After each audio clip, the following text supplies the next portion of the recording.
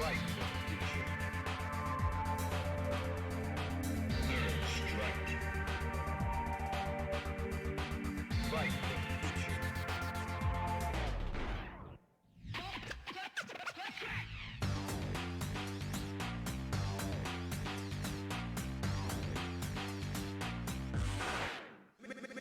Make your first move, so what's it gon' be?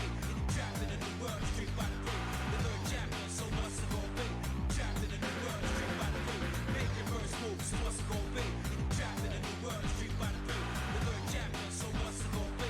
Trapped in a new world, street by the three. Make your first move, so what's it gon' be? Trapped in a new world, street by the blue. The third chapter, so what's it gon' be? Trapped in a new world, street by the three. Make your first move, so what's it gon' be?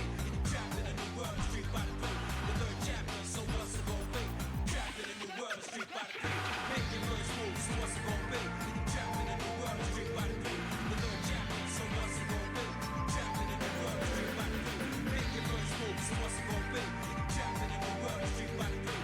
The third chapter, so what's it gon' be? Trapped in a new world, street by the three. Make your first move, so what's it gon' be? Trapped in a new world, street by the three. The third chapter, so what's it gon' be? Trapped in a new world, street by the three. Make your first move, so what's it gon' be? Trapped in a new world, street by the three. The third chapter, so what's it gon' be? Trapped in a new world, street by the three. Third strike. Fight for the future.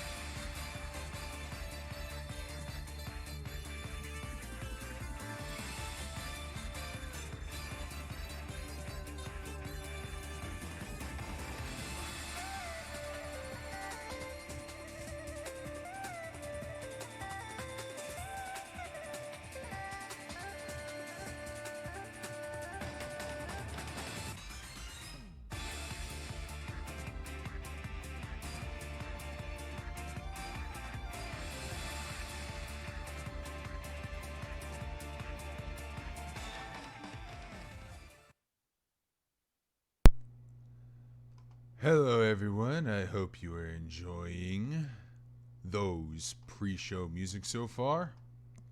You can unmute yourself now. Those were some pretty decent picks. I hope you liked it. The first pick was an arranged edition of Sharp Eyes from Street Fighter 3 New Generation. Very chill song for Ibuki. The second song was actually the opening to Ikitosen Great Guardians. That's the third season. Probably my favorite of all the seasons of the series. Even though that one is entirely filler, which maybe that's one of the reasons why it's the best. The third song was a remix of Street Fighter 3, which I believe was in the arranged Dreamcast soundtrack that plays during the credits after Moving On. And the fourth song, going in with the zigzag pattern between Street Fighter and Ikitosen, is Hakufu Sonsaku's theme song from Senran Kagura Estival Versus. Or, because of weird licensing thingy-majiggers, they had to call her by her Three Kingdoms name, Sunsei, in the English version, which I didn't mind as long as we got the Ikitosen DLC period. And I thought that song was actually really one of the best songs in that game, period, because it does fit that character pretty well. All right. Slaps fat anime titties. So, the best kind of things to slap. yeah, I think I'm just going to be using that as my saying from now on, just to piss people off. Speaking of fat anime titties, man, does Twitter need to die? There was like 4 different ways you could have gone with it, and I'm happy that you went to the thing that I was literally looking at right now, because Al, I have that problem where I tell Al about an anime, then he starts posting memes about it and will never watch the damn thing. Yeah, that sounds like Al. I got him really into Magical Senpai. He never watched a single second of the show, but damn did he find a bunch of memes. Oh, Wheaton, then you're going to like Senran Kagura Estival Versus, because the 3 DLC picks are Hakufu, Ryofu, and Kanu. And Ryomo is in Peach Beach Splash, I think. Mm. But yeah, this is about Uzaki-chan. Yeah, it is Uzaki. More on the story developed, dude. Like, you know, it's one thing if there was an artist who has his or her own unique style and wants to draw a character in that unique style, in their own style, because they love the character so much. And that's fine. In fact, I kind of like artwork like that. I do too. What grinds my gears like is these fucking talentless hacks telling professional artists, I fixed your character design because I so good. I fixed her titties. Yeah, that one artist, Giggs, weighed in on it, and Giggs has a very unique art style. That would be something I'd like to see fan art in. Yeah, but it's just one of those things where they weighed in. They're just like, yeah, why is it it's such a shitty. It's just a very shitty frame of mind to say I fixed it, and it's not going to get you anywhere in the art world if your only claim to fame is hating other artists and then drawing inferior work to them. Yeah, that blows my mind. It's like, oh, the sheer fucking hubris on you guys. Yeah. And of course, every time I look at the other artwork, it's terrible. It's not good. Yeah. Even going beyond bad, unattractive design, it's always just very flat, and there's no nothing about it pops. It's all a very bland brown color as well. There's nothing there's nothing drawing your eye at any point in any of this. This is coming from someone who can't draw. If you can draw and know about artwork more than a chucklefuck like me, you can probably pick out way more problems than I have with it, but. And they're still claiming colorful, jagged, and cute.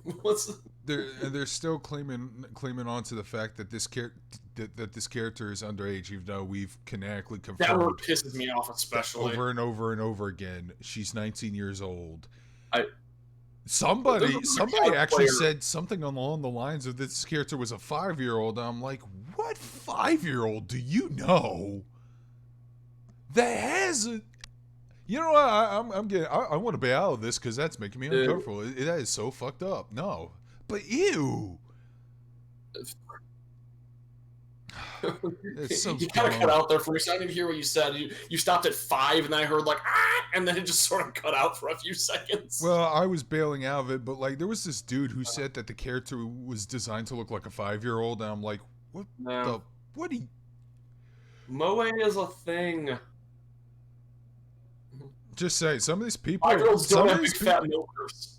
Some of those people, you know what's funny? And yeah, this is something Al knows too. He probably told you this already. Some of these people oust themselves as cheese pizza enthusiasts. Oof. Yeah, that's code for CP. Yeah. But well, I've said it many times. People who get angry at perverts and like get like as a hobby are usually horrible degenerates. And I don't like to use the term degenerate because it's kind of co-opted by a bunch of shitty people.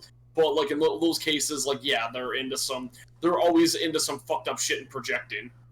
Or they've done some fucked up shit, like that too. Like go into a woman while she's showering, butt naked, just like that asshole from NeoGaf. Oh God. Yeah. And wasn't he like the like wasn't he one of those people who was like always like, oh man, why do you hate they're censoring the anime titties, you damn pervs? Like whenever like a game got changed, he was always one of those people stoking the flames like that. Yeah, like I said, kind of a newsflash: people who are into anime titties tend not to perv on real life women. That is true.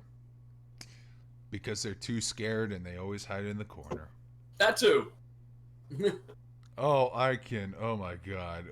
Iken's different. Iken's like kind of a little too far. I don't know, man. I'd be happy to just strap these people into those fucking Clockwork Orange chairs and then just show them clips.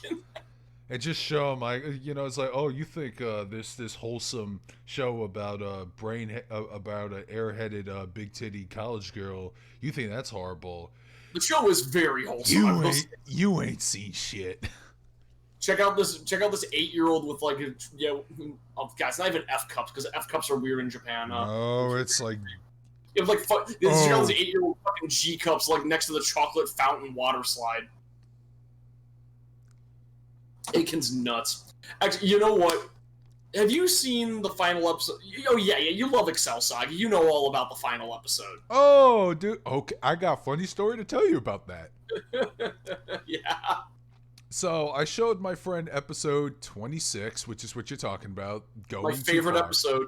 Which is a fantastic episode because it's basically a no-holds-barred, let's just push the envelope all over the place. And I love how Nabashin said it. He's like, you know, but if we keep doing that, it won't be as interesting. Which is, but anyways, when we got to that particular scene, I told my friend, because we were watching it at his place, in not his bedroom or anything, but like, you know, in the game room center or whatever. Like we were hold off from the rest of the family. And I didn't want them to step in for this moment. But I told him, dude. There's no preparation for that moment. That's the hardest I've laughed in a while. I told him, dude, whatever you do, don't freak out on what you're about to see next. I'm a G-Cup! And he screams at the top of his lungs, what the hell? Okay. Honestly, that is the best direction that scene could have gone in, because if it went anywhere else, it would have been horrible. For those who don't know, there is a scene in the final episode of Excel Saga. There's a character throughout the entire series who's heavily implied to be a lolicon, and he kidnaps the it wasn't heavily implied. Well, they don't outright say it, but he's kidnapping children left and right. That's not heavy implications. I need to talk to you about... My favorite thing about him is when he rides around in that limo that's piloted by like an 8-year-old girl who's pedaling it. Man, kudos to the English dub voice actor who had to fucking voice this character straight face without He he did probably such a he good he job. probably was super uncomfortable. I bet after recording he had it down like three half pints of vodka afterwards, because that's what I would done. Hold on. Okay, so this character he basically coerces an underage girl into a love hotel, and then when she comes out of the shower wearing a towel, goes, "Oh, I was like, I just have to warn you about something. I'm actually a G cup," and takes off her towel, and like massive titties just flop out. And it's like she's revealed to be an adult or something. Yeah, no, she That's what she says, said. like, oh yeah, I'm secretly all grown up, and like, or like she's like post puberty or something. I think is the joke. Yeah. And then he just immediately takes his stuff and leaves, and she's all distraught because she wanted some dick. And he said, It's like, no, I don't want that. no, he said something much worse. Something that I don't remember what he said. I don't know if I want to repeat it because this is already uncomfortable. But he said, you know what, I'll just type it to you privately. Okay. Because I remember this. I legit don't, again, I'm not sure if I watched the episode. I've seen this episode I've seen like it still. 7. Like, I'm an I was an Excel Saga mark, dude, so Yeah. I watched like each episode at least 3 times. But Yeah. he said, I did show he a friend said the show. this. He did not like it, and I was upset that he didn't like Excel He said- Saga. And that guy, I'm no longer friends with that guy. He said this. Okay.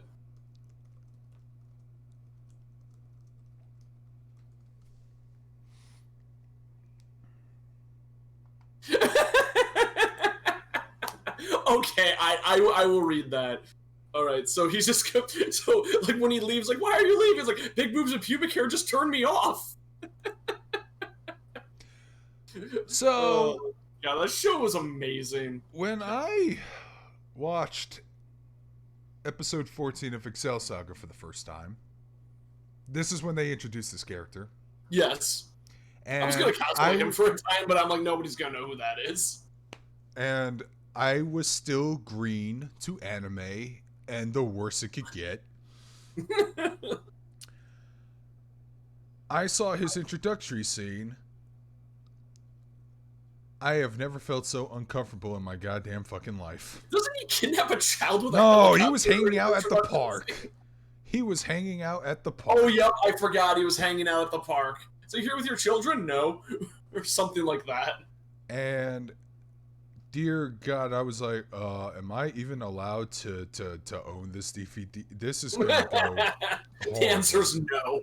like, it goes to show you how Japan treats sexual harassment. They just treat it as ha ha silly. Us, we're like, oh. There is a scene in Watamote that is pretty uncomfortable, which is where Tomoko thinks she's getting groped on the train, but is kind of into it for a little bit. Oh boy. And like that scene like teeters the line. That was a weird scene to watch dubbed. I was watching Excel. We were talking about Excel Saga. We're talking about Excel Saga. But yeah, great anime. 10 out of 10. One of the best. Really funny show. Jesus Christ. This is the kind of shit we get on, because when I think about, like, when I hear massive titty children, I'm like, oh yeah, that scene in Excel Saga. But yeah, we got on this because of, because people are attacking Uzaki for no reason. Because they got nothing better to do. Time. I met Nabashin. He doesn't need drugs. Also, he's a super nice guy. Yeah, I wish I could meet him. Yep. So when I met him, it was after he was hosting a bondage panel, and the first thing he said, like through a translator, is no flash photography. This could probably get me fired and blackbarred from a few places. Which is kind of odd that, like... And it is such a weird... Japan is so hypocritical when it comes to sex. You can talk about it and write about it and do, like, all sorts of media about it, but you can't actually be into it. You could... Well, dude, you have to be into it if you want to make babies, you idiot. No, you're not allowed to make babies. It's the biggest dishonor. But that's what Abe wants. Want to make babies? Guess they're fucky. Meanwhile, Japan's looking at us like we're a bunch of weirdos because there's a bunch of prudes who don't like dead or alive titties or whatever, doesn't want anyone to have sex. I love when developers shoot back. It's my favorite. Yeah. Kamiya is a boss in that regard, and then he'll block you.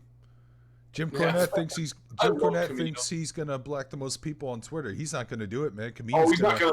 he's- Well, then again, I'm pretty sure that the Wonderful 101 Kickstarter goal passed its stretch goal of Kamiya unblocks everyone. Oh man, that's a game I need to pick up. It's a great game. Mm-hmm. I have it on the Wii U. I have it on the Switch. Oh, and I have it on Steam too. I forgot. They gave me a copy because COVID made it so the Switch copy arrived late. Oh, one of my friends is playing Fall Guys. I should play that. So earlier today, I did a Magus versus Darkscream stream, which is probably what Magus and I are going to do from now on instead of Absolute Counter, because we're trying to spice things up or try to make it exciting for all of us. Okay. And we were playing Clubhouse games, and thank everyone who actually watched it, even if you only watched a part of it. That being said, they should have shown up around hour 2 where things got really heated, and I managed to overcome and kick Magus's ass. It was all down to a game of darts. Doing all the poses. All right. So, who else hates anime titties? So which one are you? God damn it, Bill! I'm a Switch, so I assume you are as well, but I don't know. Man, so have you sinned this week? Yes, in many ways, but how? Like, be more specific. Remember that episode Always Sunny in Philadelphia? Remember what Mac was confessing to? It's been a long time.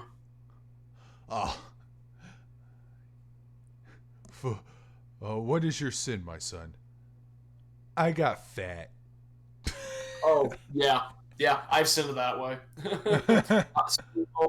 So my parents, as a birthday gift, they took me out to a small like island called Put-in-Bay. That has like a bunch of like bars and restaurants and stuff. So we got carry out from way too many places, and yeah, I did eat way too much, and I'm all sunburnt from riding around in a golf cart all day. Oh, look, you got candy coming out of your pockets. A story about someone wants to cancel. I got something. I was hungry. Stop laughing at me.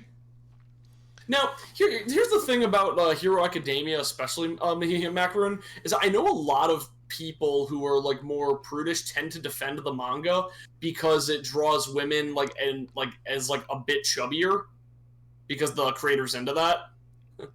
Is he now?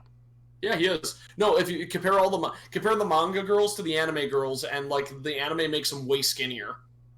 Yeah, they all got a bit of thickness on them in the manga. Send me some proof over the chat, please. All right, one sec. I'll see if I can find some images. Although also he is at addicted this to that muscular bunny girl. Also, at this point, are you surprised when I ask for this kind of stuff at this point? How many we've been talking to we've done over 10, and how many times have I said, yeah, I love them thick, I love them big, I love them plumpy, and sometimes muscular. Muscular's good. You would really like, I don't remember her name because I'm really far behind, but that one bunny girl that the author's addicted to drawing.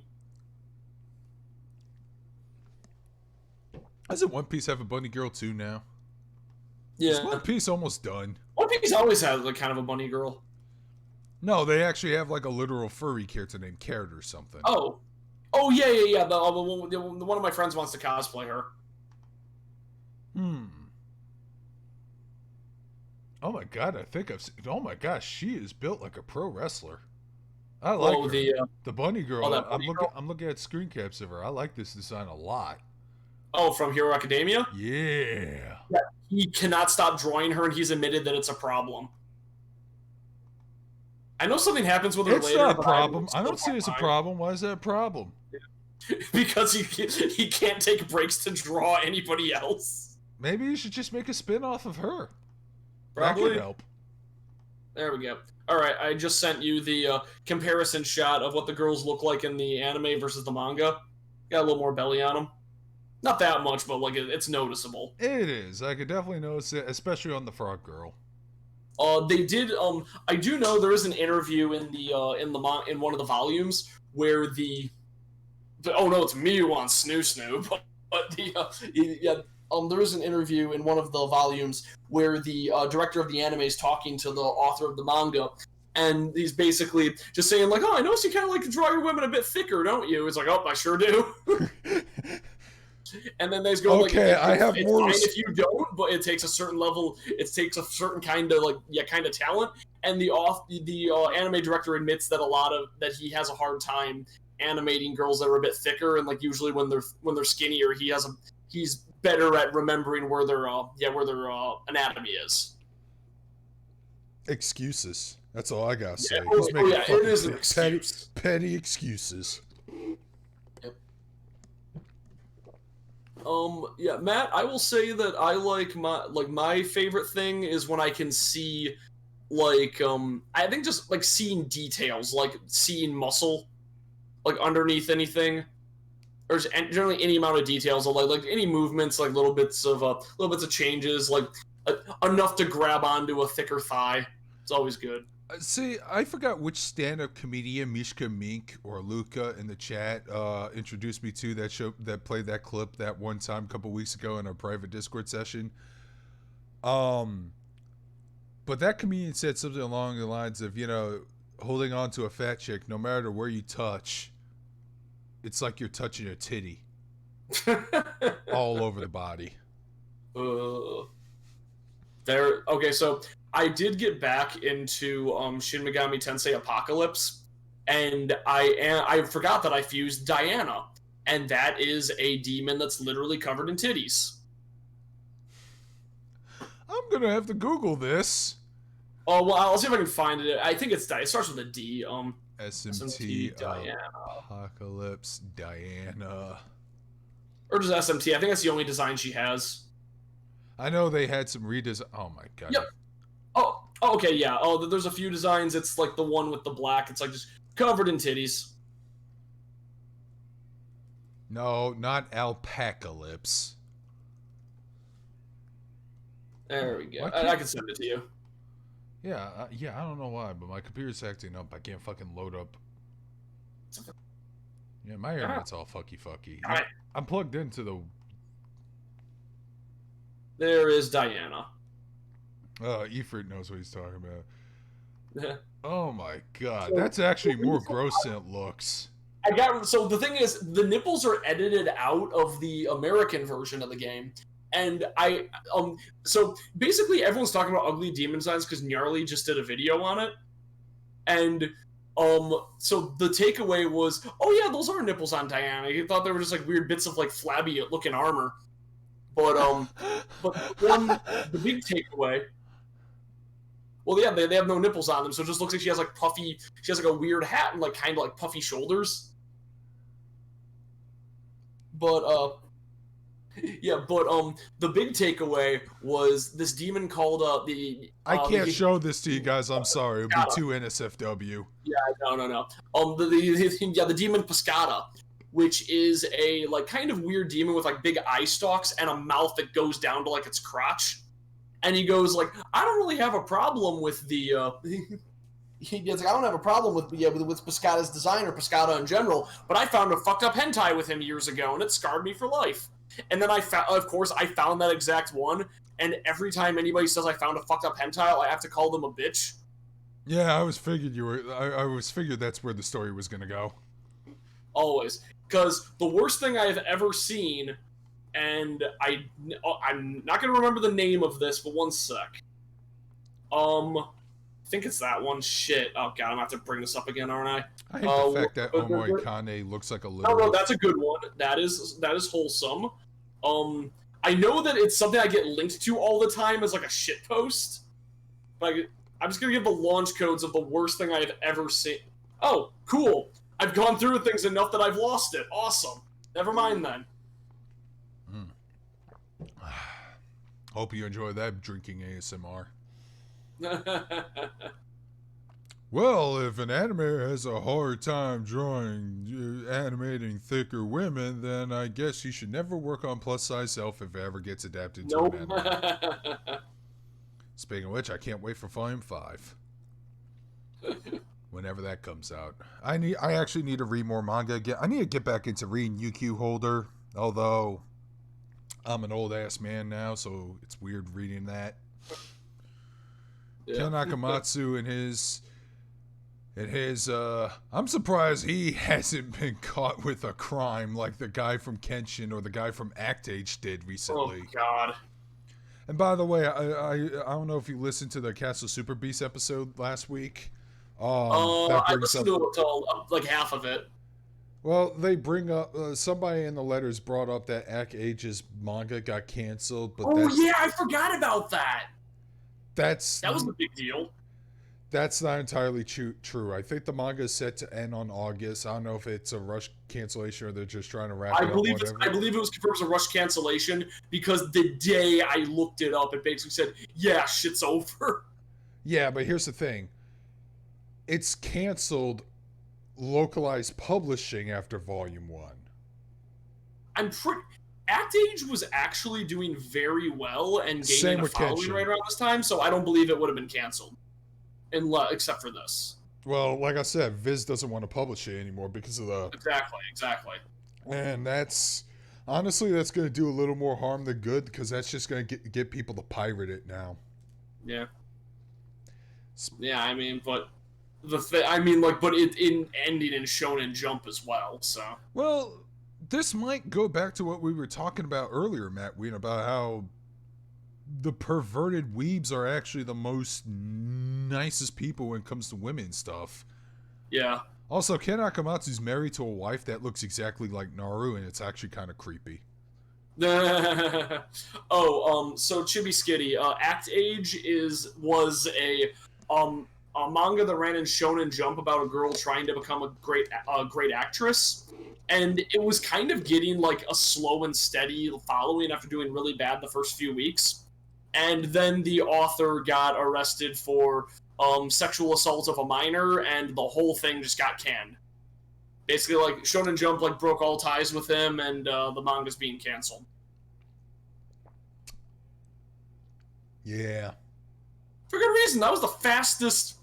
Honestly, that was the fastest reaction I've ever seen to that. Because usually they go "Oh, well, we're gonna make him pay a fine," or "Oh, this." Well, now that we're getting more interconnected globally, they're noticing that the rest of us have an issue with sexual harassment allegations now. Yeah. So, yeah. Honestly, I respect Shonen Jump's decision. I'm not really completely against it. Viz not publishing the other volumes, like I said, it's just going to cause those people who want to see the rest of the story to just, find it online.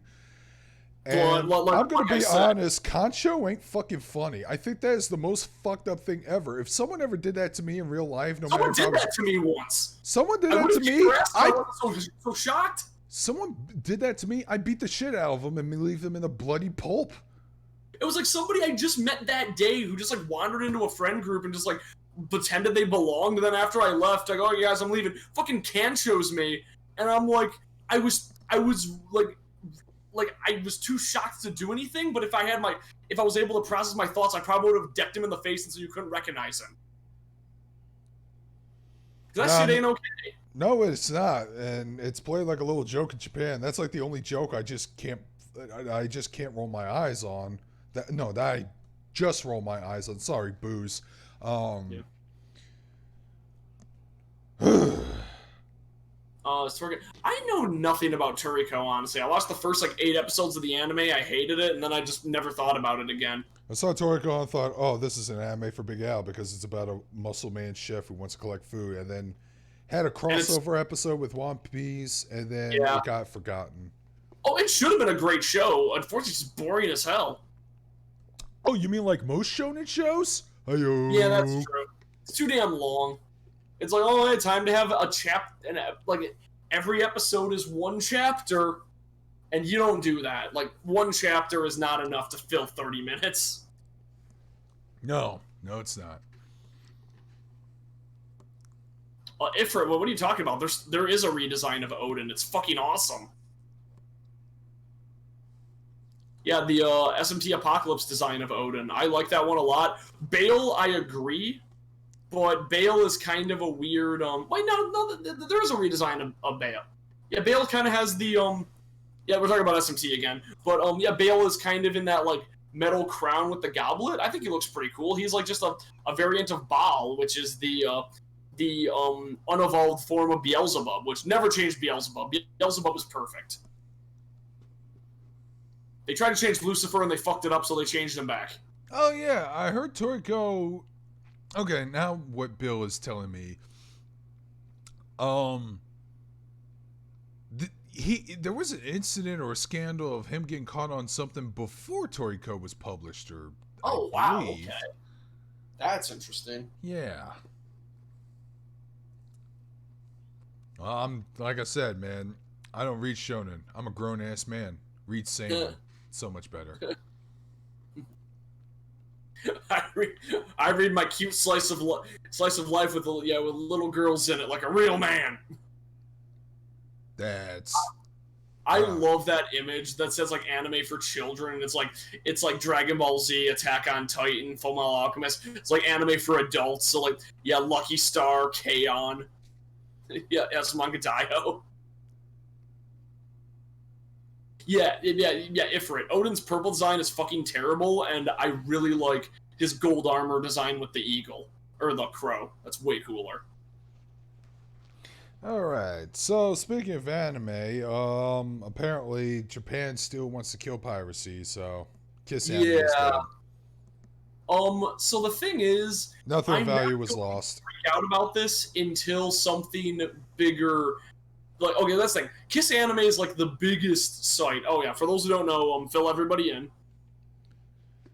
Kiss Anime is a website that hubs like a bunch of pirated anime, and they got shut down like a couple days ago. Yeah, and it's usually a case where they would apparently they are trying to rebuild like under the name Kiss Anime X, which is another website, but they've been like, I think it was at like kissanime.ws at this point, because they've gone through like every single domain ending you could possibly have.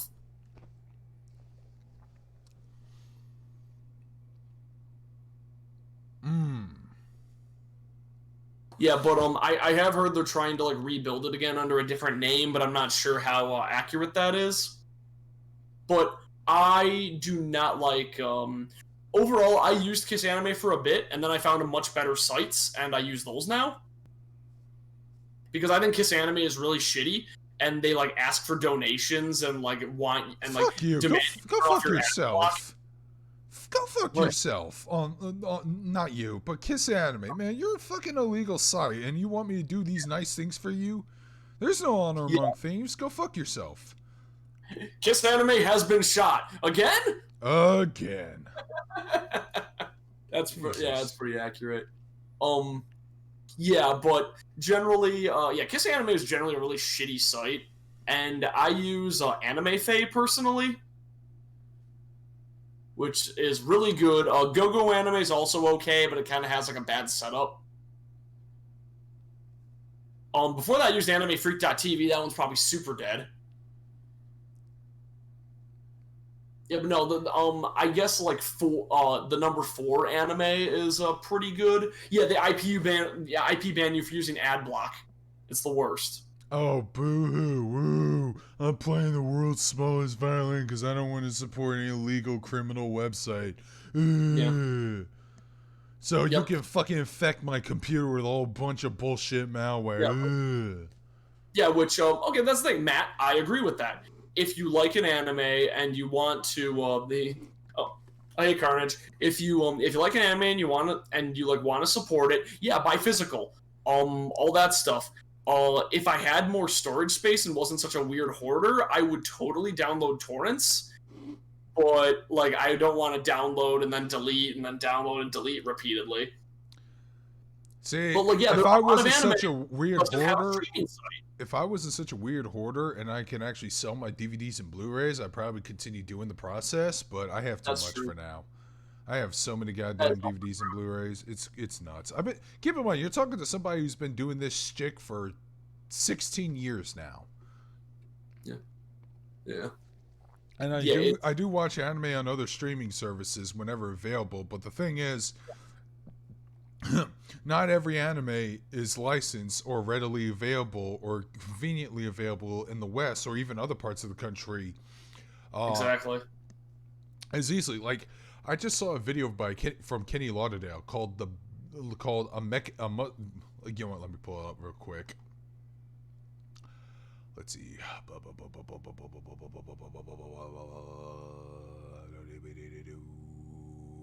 Summon a demon, summon a demon. Did he fucking delete that video? What video was it? Was it a live stream? Well, he's been doing nothing but live streams, and fuck it, I'll just go on his goddamn YouTube channel, motherfucker. Trying to do this as easy as possible, and you're making it hard. Yeah, the most recent video he did was Golden Bat.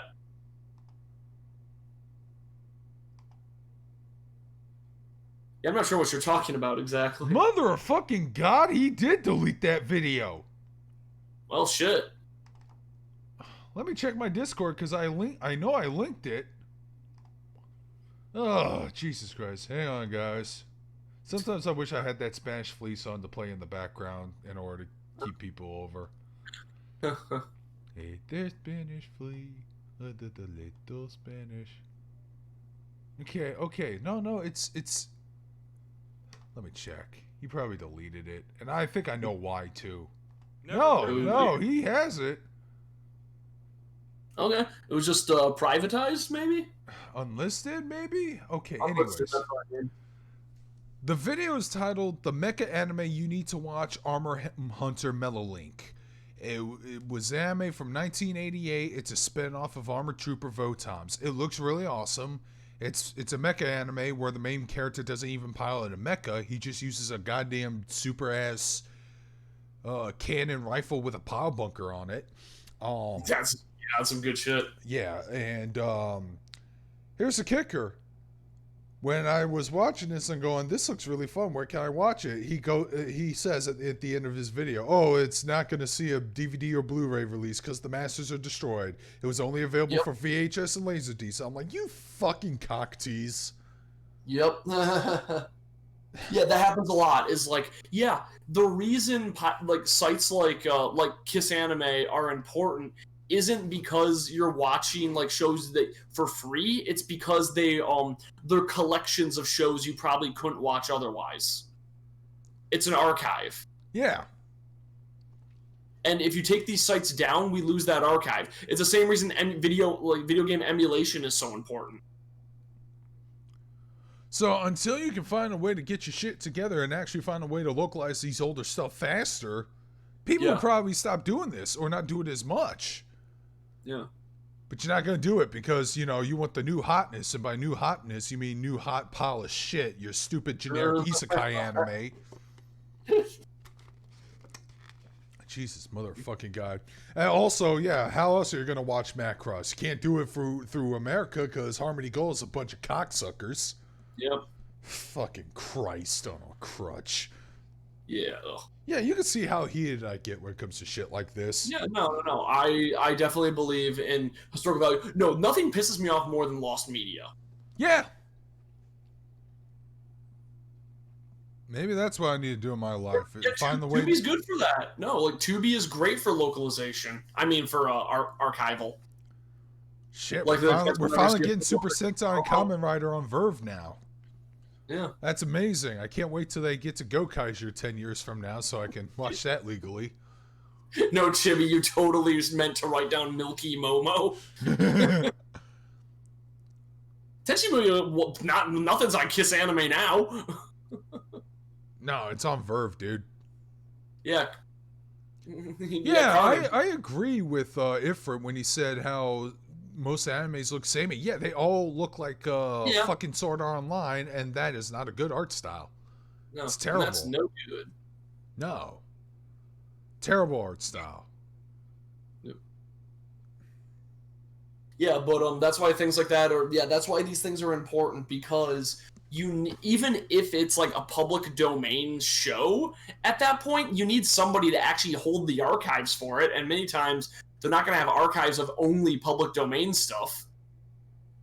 I mean, think about your favorite sports video games back in the 90s and 2000s. Now, think about the fact those games will never see the light of day on the Switch or on a future console. And if they do, they're probably going to be horrifically edited in some way, or content will be cut out. Yeah, like, because good luck getting all the appearance rights to a lot of retired players. Yeah, like, for example, like, if fucking WWE announced, oh, we're making an HD remaster of SmackDown, Here Comes the Pain, everyone jumps for joy, I'm going to be the only motherfucker going like, you know, Chris Benoit, Chris Jericho, the Dudley Boys, pretty much half the roster's going to be fucking gone. You know that, right? Yeah. Yep. And maybe their ring entrance music, and it's not going to be the same, right? No. Which is why I'm still on the hunt for SmackDown Here Comes the Pain. And I want to get it at a fair price. I'm not spending $3,000 fucking dollars on a copy. Yeah, for that. Because of a bunch of assholes like Pat the NES cunt. Okay, Matt and Tom, I kind of have to stop you both there in the chat room. The thing is, okay, yes, Sword Art Online is bad in, like... But Mother's Basement is worst. But Mother's Basement is worst. It's not the worst. It is arguably an average show, and in that mindset, I hate average things, but there's much worse shows than Sword Art Online, especially Hetalia. I have seen some trash. In fact, go to Kenny Lauderdale's channel, look up Twinkle Nora Rock Me if you want to see some of the bottom of the barrel, like, awfulness. Oh, Kenny Lauderdale did a video on Twinkle Nora Rock Me. That's exactly what I said. Yeah, go to Kenny's channel, watch Twinkle Nora Rock Me, the anime that is barely animated. Go watch Charge Man Ken. Chargeman Ken is actually entertaining to watch on how awful it is. No, fuck it. Watch Pupa. Pupa is the most unwatchable piece of dog shit I've ever seen, and I watched the whole thing. All right, challenge accepted. I think I'll have to watch Pupa this week. It's easy. Every episode's like 5 minutes long. Let me explain to you what happened with Pupa. The studio wanted to make a movie. They couldn't get enough money, so they were able to get a 5-minute time slot on TV where they would animate random parts of the movie they were making, but it was like an advertisement for the final product. So these were all like clips from a movie that would never be made, and there's like huge no context like gaps in everything. It's kind of amazing. Also, it was subject to the worst censorship I've ever seen in any media, to the point where parts of the screen would go completely black, and there's a point where a character pulls out a knife and it's censored. That's hilarious. Censoring a knife. Beautiful. Oh, So if you watch the censored version. He dented my strawberry short blade. Cromartie High School. Yep. Karate High School's art. That is one of the high-tier anime of all time. Oh, God, dude, that anime is amazing. Has one of the best English dub ever, one of the best lines ever that you can't say nowadays, but goddamn it was great. Carnage, I would say yes, except Interspecies Reviewers came out this year, and that saved the entire year in my eyes. Yeah, too bad Funimation pussed out on releasing it, so another reason why I we don't should care. probably wait. I bought the Japanese Blu-rays. Can't wait for them to puss out on Kobayashi's Maid Season 2. I saw that character you were talking about, and dear God. Oh, I'm so excited! I don't think she's going to make it. I don't think she's going to show up in the anime. I hope she does! Ain't gonna. Not even in an OVA special. Okay, so, for those who don't know what we're talking about, in the Dragon Maid manga, there is a very hated character named, Ilulu. Oh, Ilulu. Ilulu. The problem is when you capitalize the I, it just looks like 2 L's. But Ilulu is a fucking Opie Lolly dragon. She's like the same height as Kana and has massive mammaries. And she looks even more proportionally unbalanced than that one character of Aiken we mentioned. Oh, her proportions are ridiculous. The only part of her body that's still dragon is her hands. And she has dragon teeth too. She looks weird. She looks like one of the caca kittens from Blaze Blue, but with massive tits. But anyways. And the first thing this character does when she shows up is magically gives Kobayashi a dick, which then gives her an erection when Kana hugs her. So like everything that touches this character is really problematic, and it's great. And every time people go, "Oh, I love Dragon Maid. It's so wholesome and innocent," and they don't know who Ilalu is. All right, I have a question. Yeah. Season 2 going to be done by KyoAni? Yep, it is. Yeah, they're not going to have the balls to bring that There's character no way in. we're gonna have that. Because Kyoto Animation, they do get fan servicey, but they don't get super raunchy with their fan service. Yeah. I think the raunchiest they ever got was fucking Amagi Brilliant Park, and even then they were pulling punches immensely. Like, Yeah. remember that one girl that was interviewed for the job, and she said she worked in AV? I never watched Amagi Brilliant Park, unfortunately. All right, fine, I'll explain to you. There was a joke. Well, Sento had like a weird dream sequence that she saw these 3 mysterious women with the main character Kanye, and I love that everyone's named after rappers in that show. That's funny to me. and later on they were like interviewing for new people to work at the park, and they just happened to be those 3 characters. The first character, she kept saying that she was experiencing the work of AV. Yeah, AV okay. Yep. translates to adult video. Yeah, I'm aware of that. But in actuality, she works on animal videos, like animal documentary videos and shit like Okay. that. That was the joke. Yeah, that's pretty funny. But I heard in the trivia section somewhere that no, they want her to work in the actual AV. They wanted this character to be a porn star, but Boo! they Cowards. didn't do that. They didn't do that. And there was also another episode where Macaron and God, what's the name of the pink cat girl that's voiced by Hanji from Attack on Titan? Also Excel from Excel Saga. They had these costumes that were like identical to the human characters that they were disguising themselves as, and they did one on Sento. Apparently, the manga version got more explicit, saying, "Oh no, her titties are realistic, and even her lady parts are, and all that shit." Good. Not wasn't that evident in the anime. So they do pull punches when it comes to the fan Yeah, service. I have noticed that every time I always looked And I have a into feeling if Ilulu's gonna show up, she's gonna get reductions. I hope that Ilalu is just in the background and they pull like a whiz introduction from Konosuba where they just skip over the episode, go, "Oh hey, it's our friend from this thing, remember?" And then they just do flashbacks and like kind of try to fill the audience in. Didn't they do the same with Union?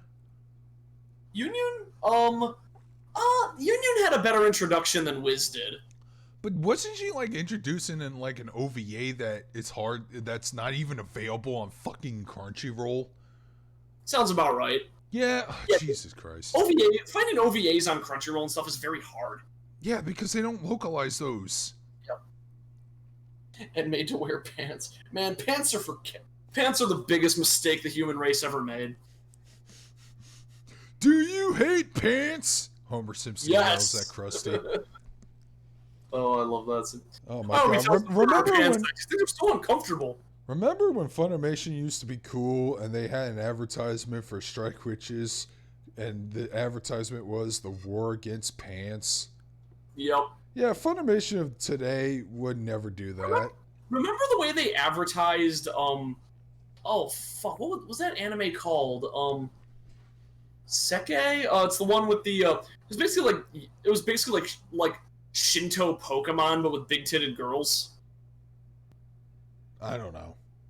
Oh god, I don't remember. I don't really follow comics much, but that sounds about right, that DC would drop half of its staff. Yep, welcome to Comic Armageddon, dude. Yeah. Comageddon. Yep. Alpacalypse, Lamageddon.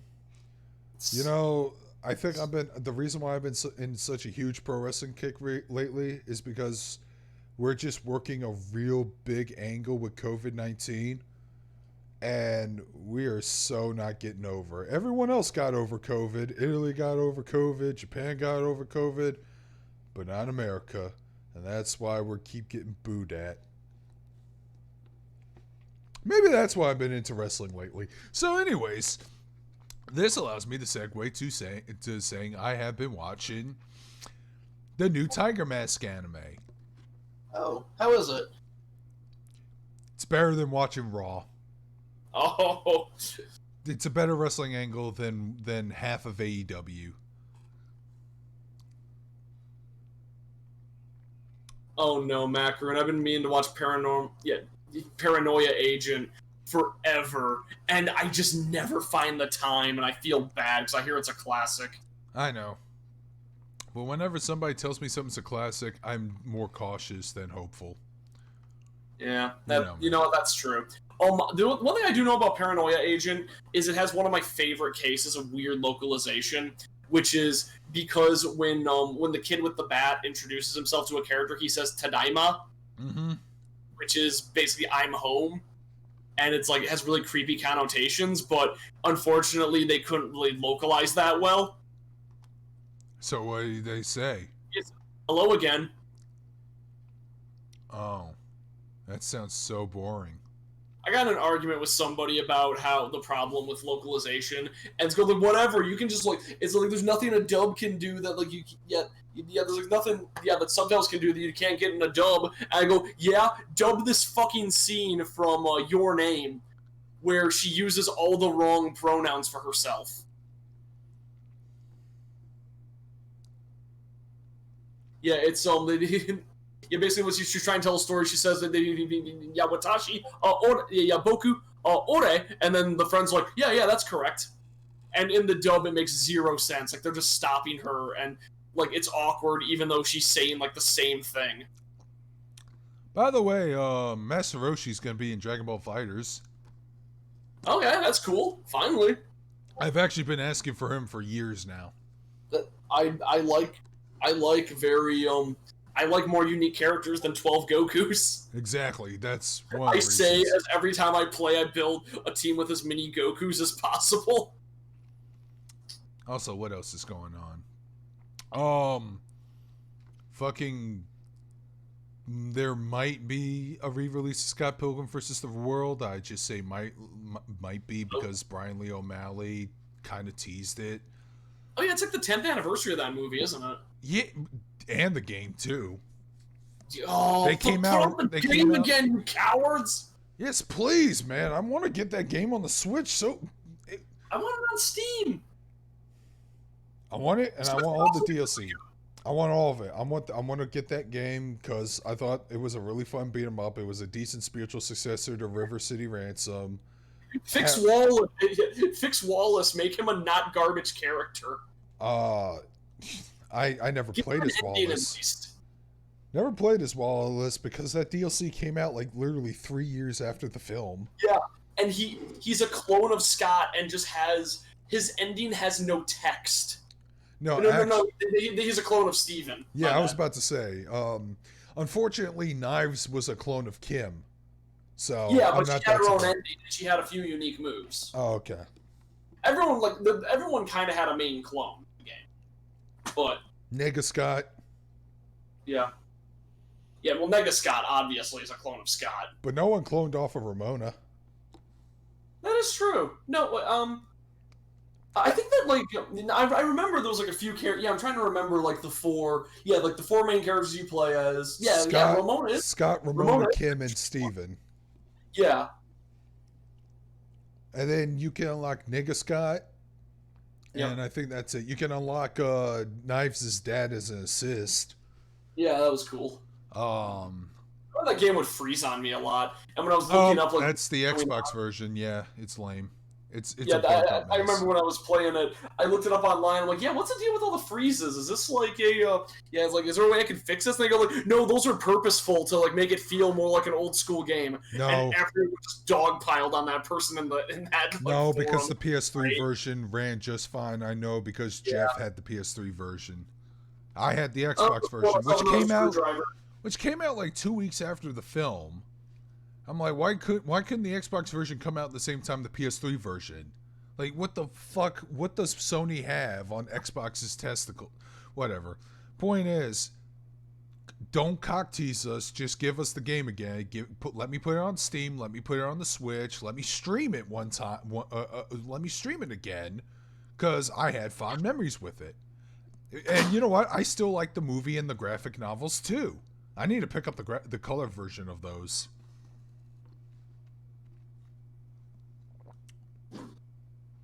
I'm coming back. I'm just pouring myself a drink.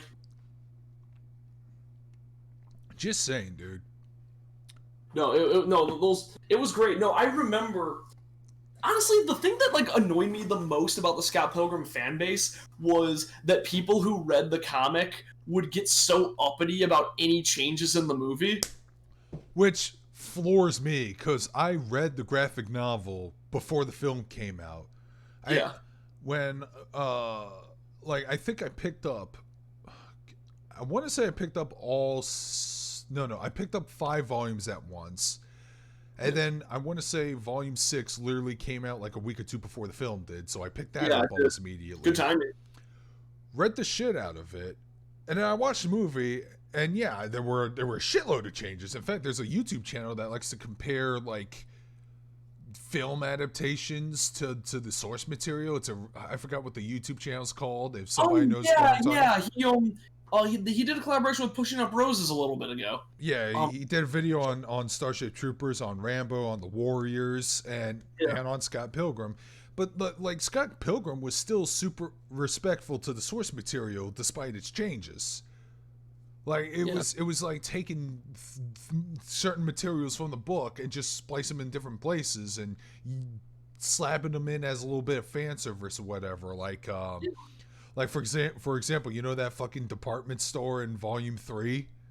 It's actually in the background, that pizza restaurant. You can see it, like you can see its lights and everything in the background before they go to Evil X number 4. Yep, because Honest Ed's, that was my favorite part of the comic. Yeah. And Honest Ed's is gone now. That sucks. Yeah, I was really depressed when I learned that, because when I for my 21st birthday, I went to no, it wasn't my 21st. It was like my 20th birthday. I went to Canada, and me and my buddy were both fans of Scott Pilgrim, and we're like, "Yo, want to go check out Honest Ed's?" We're like, "Hell yeah!" So we both went to Honest Ed's. Dude, I bought the movie soundtrack, the video game soundtrack, and the fucking score. Nice. So I have like the entire soundtrack because I do like the song "Love Me Some Walking," which is this really fun chill music, but I can't play it here because obviously I'll probably get I don't even know if I can play the game music here. So yeah, that Scott Pilgrim animated short that Adult Swim ran was really good. Actually, okay, did you get the Scott Pilgrim Blu-ray? Yeah, it was the first I bought that Blu-ray before I actually bought a Blu-ray player. Same here, because it was the double pack. It had the regular DVD and a Blu-ray. Yeah, like, dude, I saw that. How many times did you see that movie in theaters? 3 times. I saw it 4. Damn it. All right. I was originally going to see the movie twice. I just said, all right, fuck it. I'm going to see this movie twice. I'll just see it once when I get it back to Lafayette and see it with my buddy Inotech.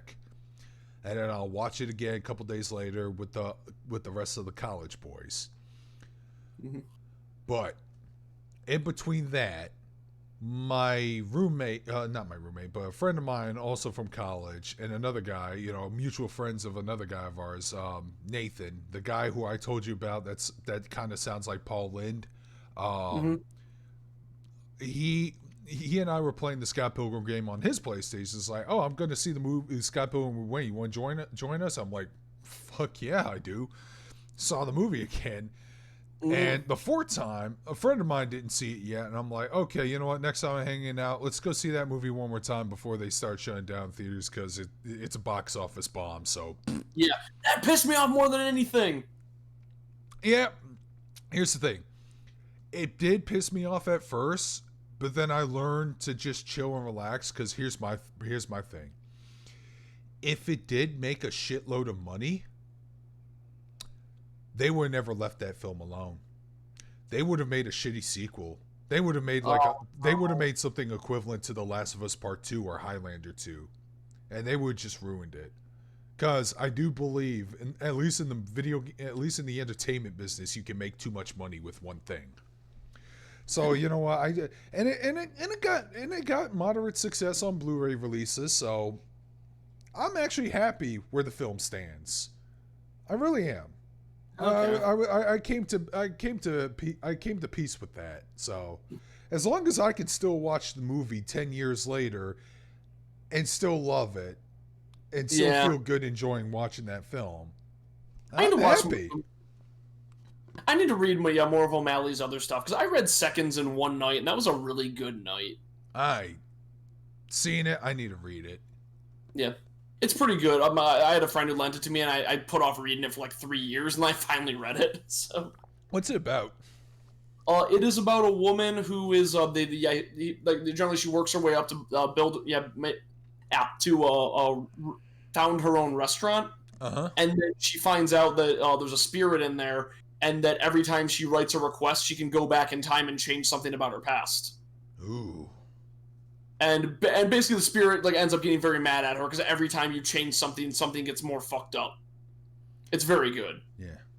You know, after that movie, you don't see much of Michael Cera anymore. Yeah. I think he was in the movie Sausage Party, and that was the last thing I've seen him in. Yeah, he was Barry the short hawk dog with a lot of girth. Yep, I remember that. Man, Sausage Party is, I like the movie, but I am really upset with how badly the animators were treated. Yeah, that's how I feel too, man. And man, when I watched that movie, I heard what happens at the end, and my friend, he just looks at me kind of pissed off. I was like, what the fuck are we watching? That movie's great. I saw it in the theater, and of course, dumbasses brought their kids. How was that? They did not get very far. The whole opening song, like praising humans as gods, and then like singing about how they're gonna fuck, like and exterminate the juice. Oh yeah, I forgot about exterminate the juice. Oh, that movie's stupid. I love it. And okay, Carnage brought something back to memory, but yeah, I do remember the Drinky Crow show. I never saw a full episode, but goddamn, that theme song is still stuck in my head. Why is that? Because it just randomly, I recorded an episode of Metalocalypse, and at the very end of the episode, it like got the very beginning of an episode of the Drinky Crow show, and for whatever reason, that theme song is just so catchy that it stuck with me for like 10 years. Maybe more, actually. I'll look up when the Drinky Crow show was airing. It's funny, like the theater that I went to, the theater I went to see Sausage Party literally slapped a bunch of fucking paper saying, "Do not bring your kids to see this movie. It is 18 and over." Like, Jesus Christ! Don't listen. They don't know how to read.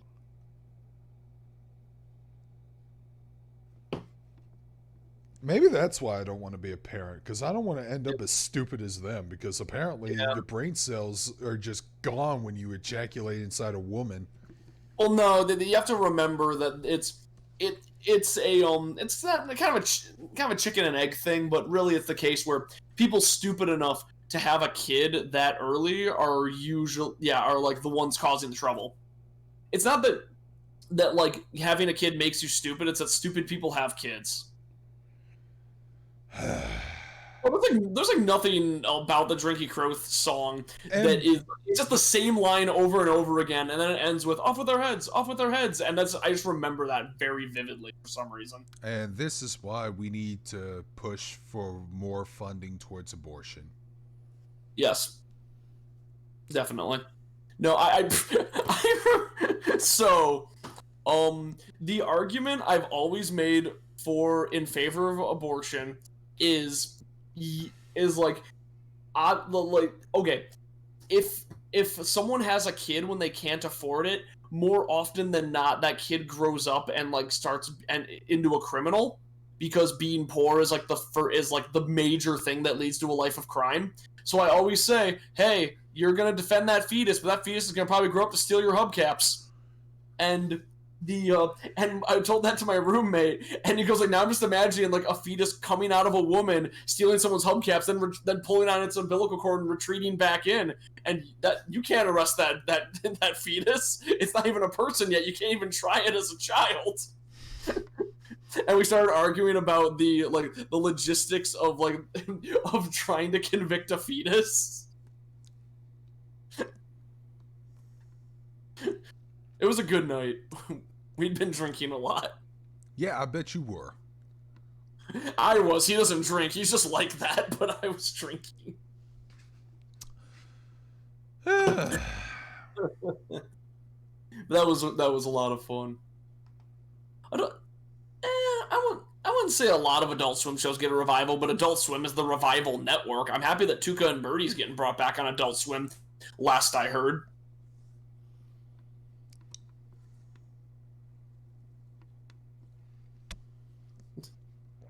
I'm running out of shit to talk about. Yeah, that happens. Yeah, I had a kind of long week. I had kind of a long weekend. I am all sunburnt. I drank quite a bit.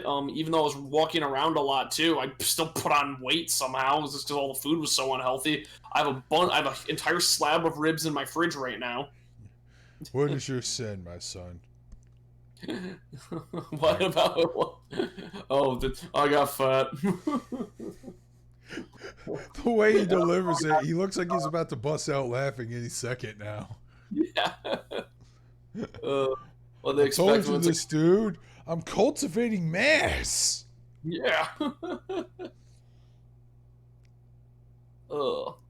No, so yeah, I've not really seen many Adult Swim shows get revived. I guess Beavis and Butthead is coming back again, which is weird because I feel like Beavis and Butthead that was a flash in the pan, and well, no, it was lightning in a bottle. My mistake. Similar term.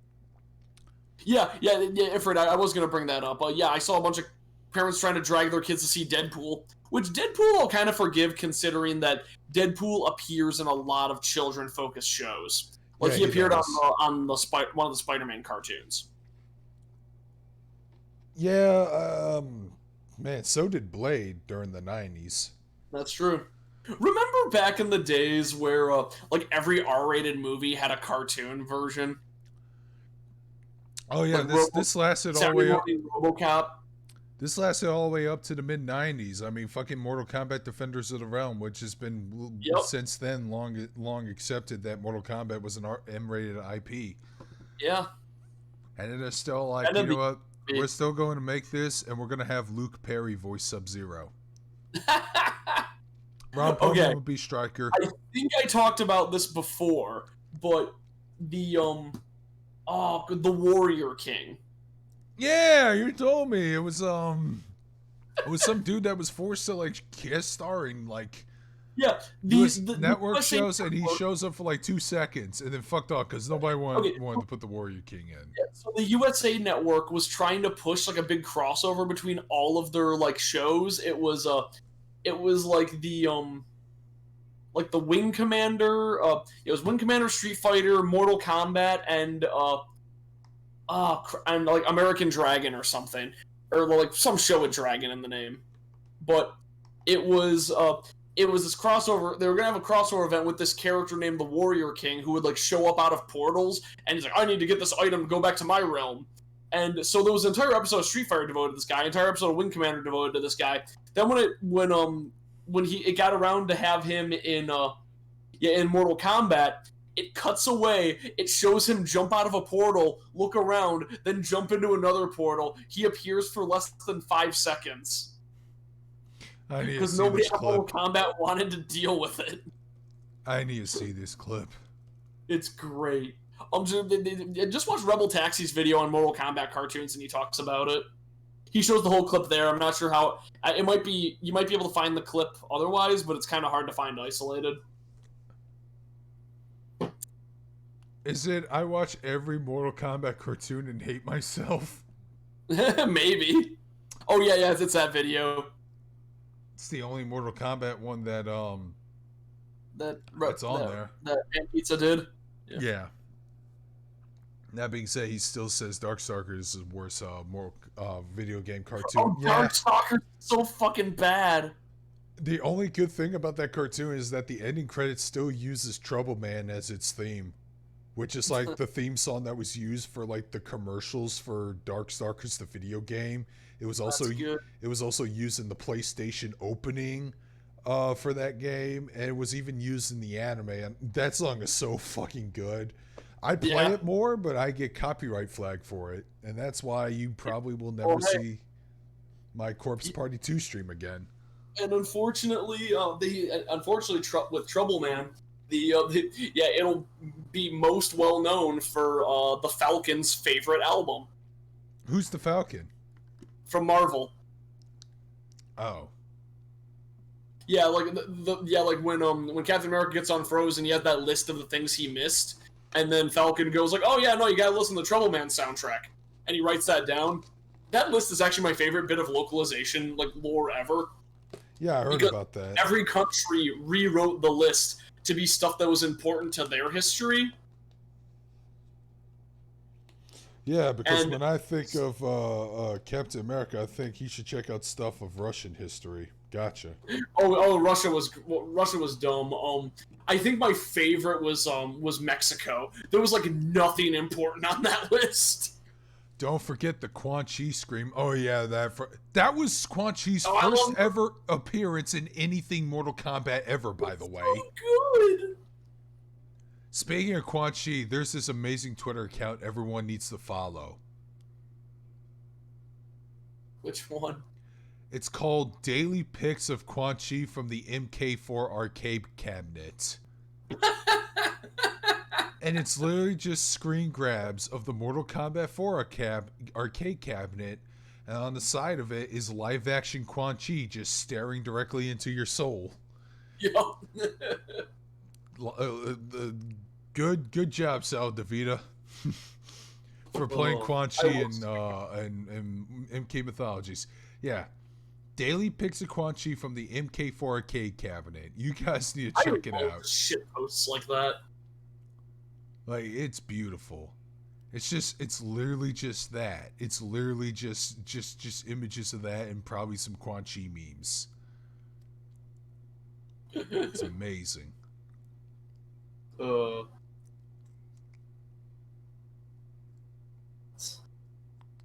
yeah, could you imagine a Halloween animated series? I would love a Halloween animated series. Oh, controversial opinion. Halloween Season of the Witch is my favorite Halloween movie. That's the one that doesn't have Michael Myers in it. Yep. Da da da da Halloween, Halloween, Halloween. Halloween, Halloween, Silver Shamrock. Did you see Rocco's spoiler cast on the film? No. Dude, when he was describing that ending, he was just like going hog wild because he was like screaming and yelling and all that shit, trying to reenact that ending scene. That ending scene is so good. Once the stream's over, I gotta find that clip because I know they made a special clip for it. You gotta see this. Okay, I need to see that. That sounds great. Rocco from Mega 64, that dude's great. He's a Power Rangers fan. One of my other favorite videos from him was there was some dude who went on a whiny fit on YouTube because there were these exclusive Morpher belts at some Comic-Con convention or whatever that he can't get. So Rocco makes a video response, and he has like 4 or 6 of them in his hand. And he goes, "I'm sorry about those belts, buddy." And then as he just puts them on the floor, he goes to the bathroom and just drops his pants and takes a huge shit while smiling smugly about it. I like how Al showed up to the stream just to be in the chat going and say, I've been making too many moves in Fire Pro. Did you create Jim Cornette's fireball when he threw it on Ronnie Garvin's face? Made him lit up like the Challenger? Al did find a working unicorn stampede. Nice. Carnage, actually, I've been planning to watch all of the Spawn animated series because I've heard such good things about it. Yeah, I've seen some clips. Keith David is amazing.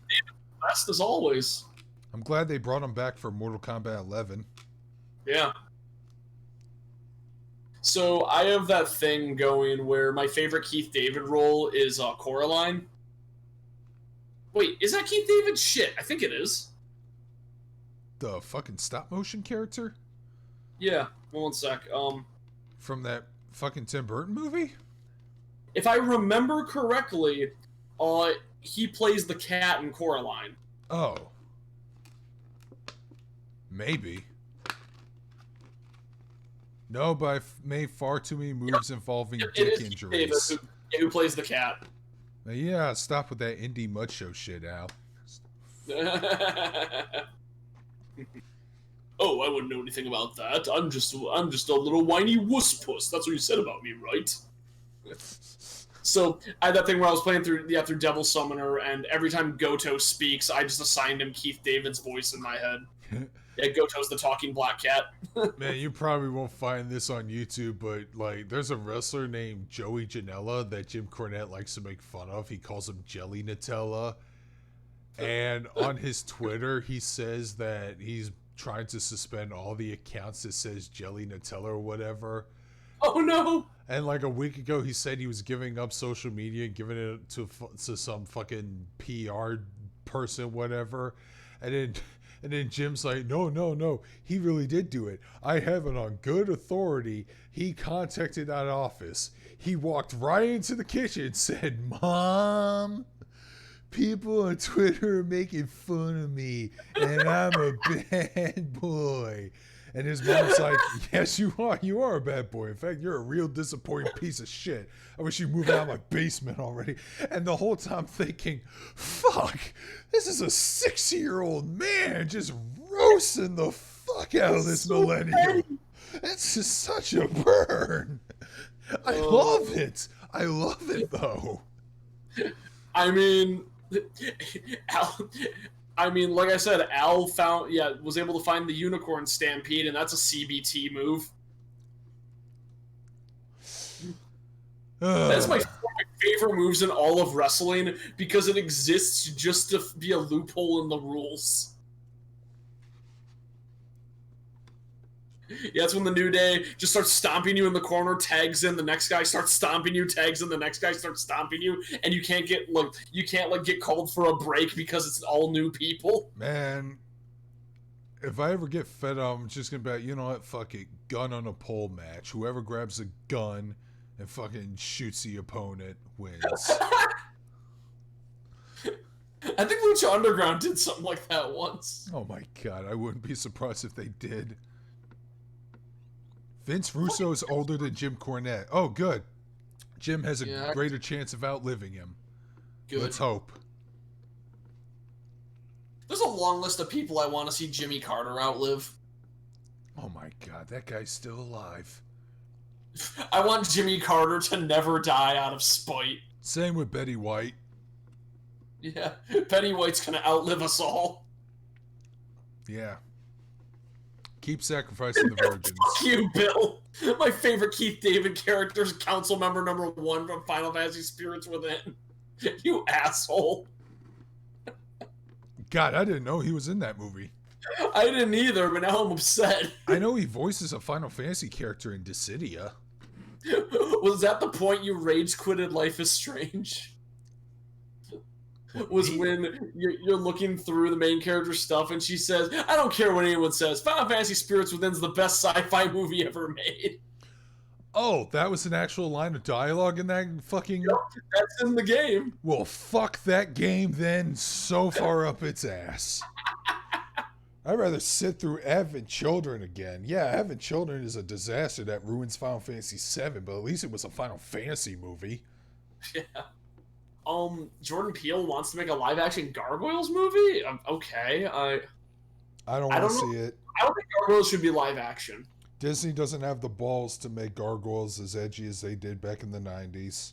I can't believe that the Xanatos actually said, like, I will gladly walk backward into hell on a Disney show. I gotta find that quote because I believe I know I got it wrong. isn't Xanatos like voiced by fucking Riker from Jonathan Star Trek? Frakes. Yep. Yep. That's awesome.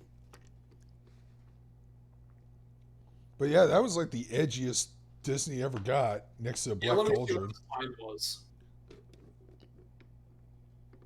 What the hell is this? I know it's something like that. Yeah, pay a man enough and he'll walk barefoot into hell. That's his line. I gotta find that clip because This was in a Disney show. A Disney picture. Oh, that. Oh. That awakens some stuff. Yeah, I don't think that live action would be a. Especially with modern Disney. Fuck it. I don't like modern Disney. Modern Disney sucks. They're not gonna Yeah. make it as great as it And did also, back in the live day. action Disney stuff is so soulless. Yep. Lance awakens just to tell me pay a man enough and to he'll walk walk barefoot barefoot into into hell. hell. Yeah, pretty much everybody from that show was from Star Trek. It was great. Everyone I am except for shocked Patrick that Warner Stewart, wasn't played by apparently. Patrick Stewart. Everyone except for Patrick Stewart for some reason. Yeah, which that's probably who they wanted to play Goliath at first, but then they got Keith David. No, Keith David fits Goliath more. I mean, Patrick Stewart. Oh, he Patrick- totally does, but yeah. Patrick Stewart plays more of a smart, intellectual dude. Goliath was That's a true. you know, he wasn't a musclehead, but He was a stoic yeah, badass. yeah, exactly. It fit for, man, that was like the first Keith David role I've ever seen in anything. So Yeah. that's why in Saints Row 4, you can actually see like a character in the crowd cheering Keith David. One of the fucking signs says Goliath rules. That's great. So yeah, they know. Oh yeah, no. I mean, yeah, Carnage. I'm aware Disney was a smoker. I remember that from the movie Saving Mr. Banks. Oh yeah, Alice in Wonderland had like that fucking caterpillar that would smoke. Yeah, Who but no, are you? you. Yeah, Walt Disney refused to ever smoke on camera because it thought it hurt his image, but he could never quit. Man, I almost want to say Great Mouse Detective had a smoker or two. I I want to say love Great Mouse Detective. That's a very underrated movie. I agree. Professor Raggan is like one of my favorite fucking Oh, Disney he's so villains of all cool. time. Voiced by Vincent Price, looking like a big muscle dude, but is trying to be sophisticated. And that final action sequence at the clock tower was So cool. amazing. Yeah, well, like he's getting like his suit ripped apart. And he just looks like a monster by the end of it. I know. Man, Disney could draw some terrifying rats. Remember that fucking rat and Lady and the Tramp? Oh yeah, Jesus Christ. That thing is horrifying. Like I watched the live action Lady and the Tramp, and they could not recreate that rat to be nearly as intimidating.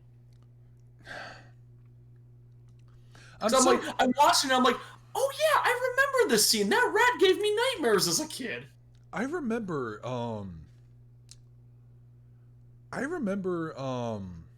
He was a Koto in Princess Mononoke? I forgot Mononoke had like everybody in it. yeah, Washu was in it.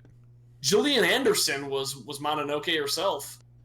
I was gonna say, there was a poll on Twitter, people asking, are you going to buy the Mulan live action movie?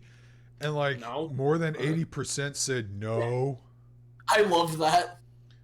Good. I don't want them to. No, like fuck you. Watch Wonder I Woman loved that 84 movie to instead. begin with. Well, I don't know if Wonder Woman 84 will be a good movie, but I just really hate live action Disney films on principle. Yeah. Like, what is the point when you have these timeless anime classics that you could just show to your kid? What Why is can't the you just point? make other What is the anime- why point can't you other make than another you trying to live fucking action? sucker people with nostalgia and money? Fuck you, Yeah. Disney. Okay? No. You know what you should do? Make live action remakes of movies no one gives a shit about. The Black Cauldron, The Black Hole. A lot of things with black in the name, oddly enough. They're not gonna. I would love a live action remake of Black Cauldron. Fuck it. Black Cauldron was cool. like when I fucking talked to Magus about the live action Aladdin film, which I forgot why he saw that movie in the first place. I know a lot of people saw it and they're like, yeah, it was okay. I was like, okay, what about Iago? Because Iago was a major antagonist just as much as Jafar was. Yeah, Gilbert, he was the one that fucking came up with the plan that Jafar wanted to enact was marry the princess, and he's like, then you can push the princess and the sultan right off a cliff. That's the best fucking Gilbert Gottfried impression I could do. A man tells his talent agency. Yeah, I fucking love Iago in that whole series. I think he's great. And then I heard they do nothing with him except he turns into a giant monster at one point. He's not a fucking talking bird or anything. I'm like, oh, fuck this movie. Fuck this movie. Yeah, that's terrible. Yeah, I'm happy for Jojomon says he's doing good. I'm happy for anybody doing good. Not a lot of us are doing good right now. They're gonna ruin the Emperor's New Groove. Oh my god, that would be the worst one to remake. You named it. You nailed it. That's the worst one they could remake. The worst part is they know that film is getting some popularity because there's a shitload of Crunk memes coming out lately. Have you seen them? Oh yeah. No, I haven't actually. There's one where like, when a fan watches JoJo and is starting to get into the franchise, and Crunk goes, oh yeah, it's all coming together. And then he has like a stand version of... Yeah. Emperor's New Groove has a lot of memes. I thought you were talking about like official stuff. And then there was the penguin where apparently it's like taken from two words that means like bird or business or something like that. Business goose. And the angel's like, nah. He's actually got a good point there. But the one that everyone's using specifically for this year is because of all the shit that's going down in 2020. Yeah. It's Crunk going, oh, there's another one for Apocalypse Bingo. Damn it. Wow. Crunk said a lot of really... You can't have Crunk played by anybody but Patrick Warburton, but the problem is Patrick Warburton looks like would be able to play him in live action too. So if they did do a live action, they would just cast Patrick Warburton. I would. Here's another thing, dude. Crunk was the hero in that film. He was. Rewatch that movie.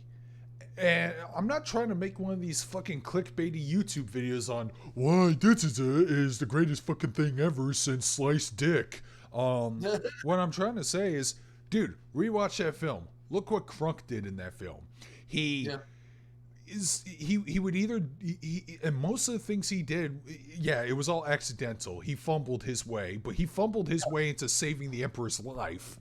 He accidentally transformed Cusco, which led him on his redemption journey, and he also defeated Yzma by mistake. Yeah, he failed to kill him. He failed to kill him twice.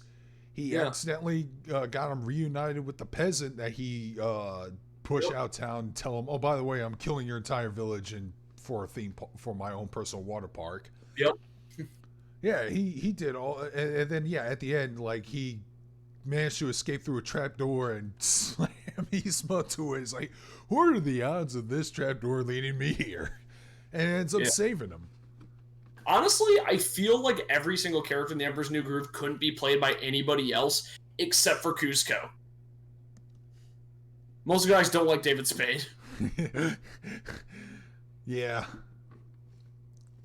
Yeah, Al recently watched Crunk's New Groove and he said it was surprisingly good. I never saw it, but maybe I'll give it a shot. I watched like the first 15 minutes and they are really recycling the jokes from the first film, dude. Oh, I hated that. Yeah, I also hate Emperor's New School. Oh, that was the TV show, wasn't it? Yeah, it kind of undermined Cusco's arc. Because he went back to being a selfish prick. Yeah, that's the problem. If he would have to be a piece of shit throughout the whole show, and you don't want to have a show whose main character is a huge piece of shit for kids. Or you could just not make the show at all. That's true. Oh shit. Yeah. Who said it earlier? Yeah. Carnage did bring up the fact that Disney said they're making a live action Hercules, That one I think I'm okay with because I think Hercules is kind of a messy movie, and that a remake would do it good. I disagree. I love Hercules. I'm sorry. No, I love it. I think it's just very flawed though. I know, but I love it, flaws and all. Like, You gotta have live action Danny DeVito in a really bad like goat costume. I mean, they're about the same size. They are, so it'd be perfect. Honestly, I think my favorite joke in the whole. But here's the thing, like, I fucking love James Woods as Hades. Oh, it's so good. And I love the fact that he was actually one of the few recurring villains in Kingdom Hearts. Yep. Yeah. And they actually got him to reprise his role, and he because no one else could do it. Because no one else could do that version of Hades. If they did a remake, would they even have the balls to make Hades the villain again, considering that like everyone knows more about Greek mythology now and knows that Zeus is the real villain of everything? Oh, who gives a fuck? It's Disney. They always botch history or fiction. I mean, take a look at the original Little Mermaid. Look how that ended. Look at Cinderella, where the stepsisters and stepmother got their eyes gouged out by the fairy godmother's birds. Like, yeah, oh no, it doesn't and fucking then those matter. stepsisters had to dance to death.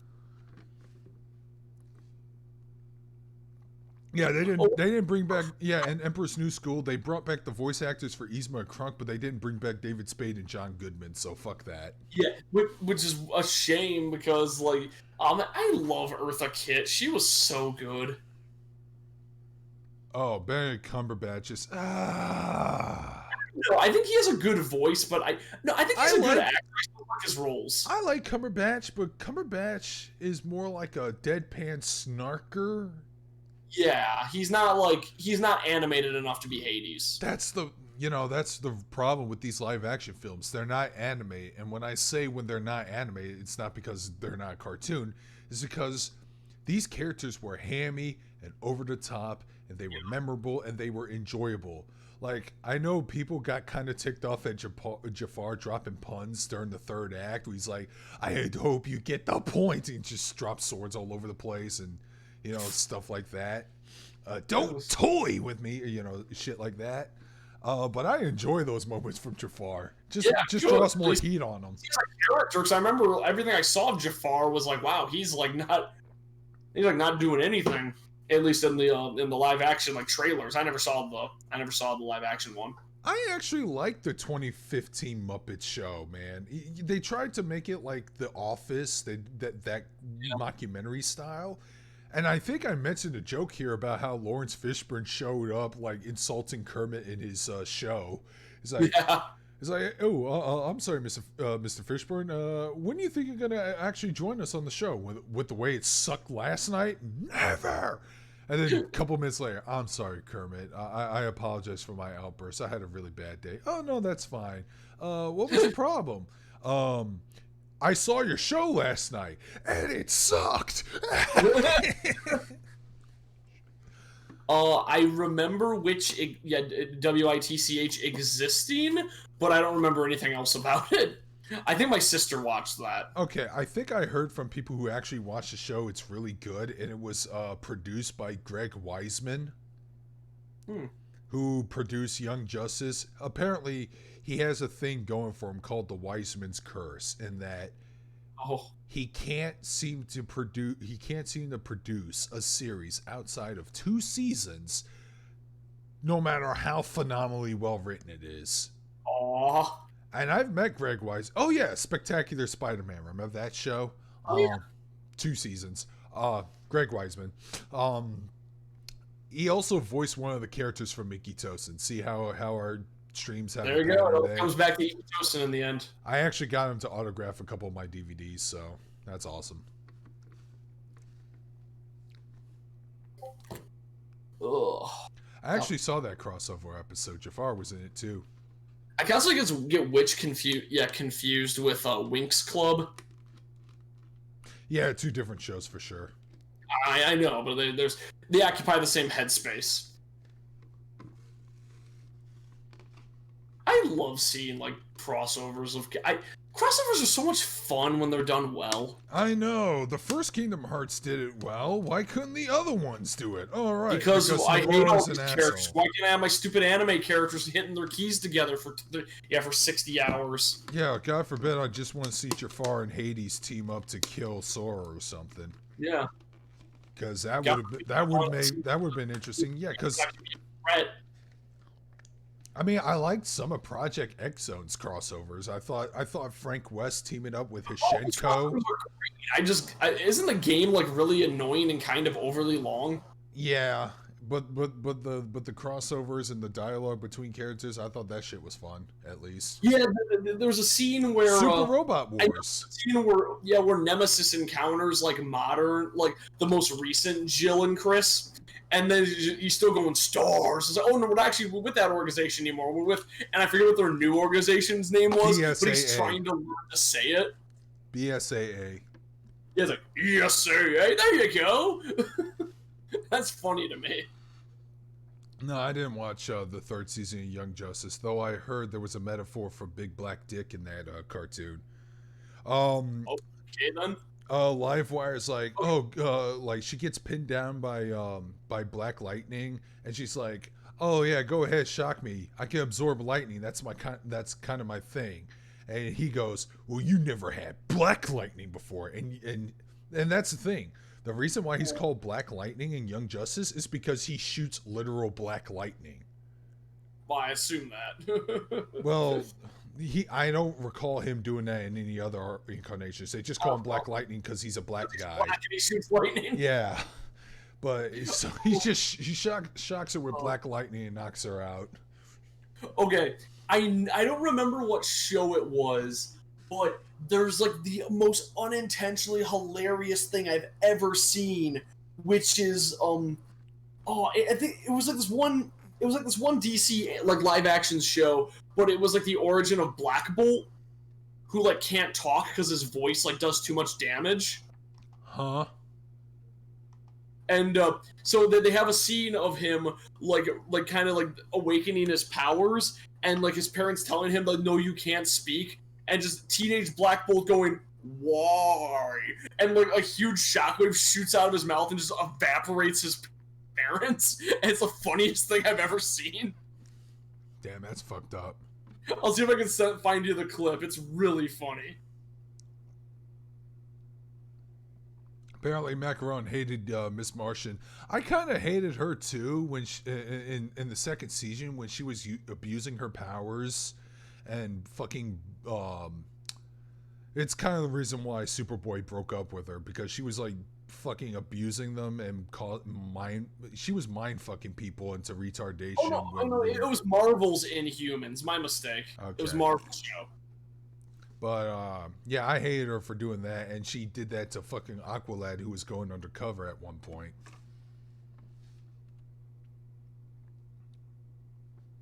Come on. I think it was the clip.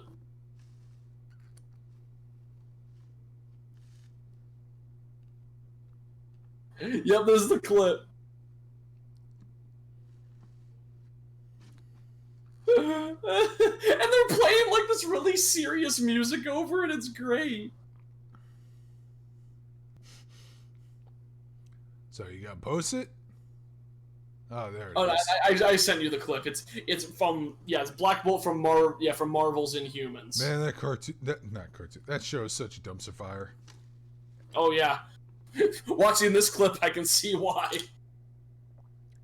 I remember my roommate did watch a lot of the DC live action shows, and I guess a lot of them were pretty good. But then again, he had very bad taste, so maybe I shouldn't take his word for it. Probably not. I heard most of the DC live action shows are kind of terrible. I think I mentioned this before, but I would come home all the time, and he would just be watching the worst movies imaginable. And I'd ask him why. He goes, because I think it'd be I think it's funny when people walk in and see me watching this. Like he was watching like every one of the Adam Sandler Netflix movies. I'm just like, I like watch for like 2 minutes. I'm like, this is the worst thing I've ever seen. Then I leave, but he would just continue watching it until my other roommate got home, and then he would also question him why he was watching it. It's like, oh, my friends are going to be here in 10 minutes. Might as well put on Pixels. Well, yeah, no. These are worse movies like Ridiculous 8 or whatever the fuck it was called. Oh, Ridiculous 6. Ridiculous 6, yeah. Actually, Al can attest to one of my favorite moments with my roommate, the other one, the black one, where we were playing the Octoling versus Inkling, Splatfest. And the second he came home, we just started chanting, "Race War! Race War! Race War!" And he just gave us the dirtiest look and closed the door. We were streaming it too, so like I guess like the chat really like he became a fan favorite of the chat, which was a lot of fun. Oh, wait. It's on his YouTube channel? Yeah, but it's a terrible video because we were recording using his webcam mic and we were just all blown out to shit. Oh, that guy's... I think it was called like Al streams the Nintendo sanctioned race war. Yeah, I know he streamed that because that's where I first found you. Yeah, that's what it was. But that was some good times. I love Splatoon. That's my whole aesthetic. Wish I was good at the game. I never watched Code Lyoko Carnage. No, I'm not autistic. I never watched the big foreheads. Let's see. Yeah, Trying to find it. I am. I think tonight I'm going to try and play more SMT Apocalypse so I can finally get to the ending of that. I'm currently in the Cosmic Egg, which is like I think it's the penultimate dungeon, because I know there has to be something after it. That story's going some weird places. Man, I gotta see this. I gotta find this, man. What, the Black Bolt thing? Yeah. It's good. Sanctioned race war stream. Okay, where is it in the beginning of the stream? Is it in the beginning? Oh god, I don't even remember it because he came home like at like the halfway point or something.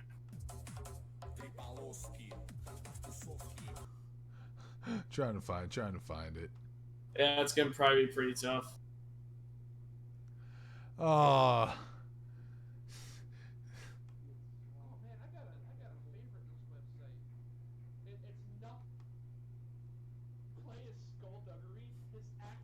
And he doesn't even have a fucking capture card.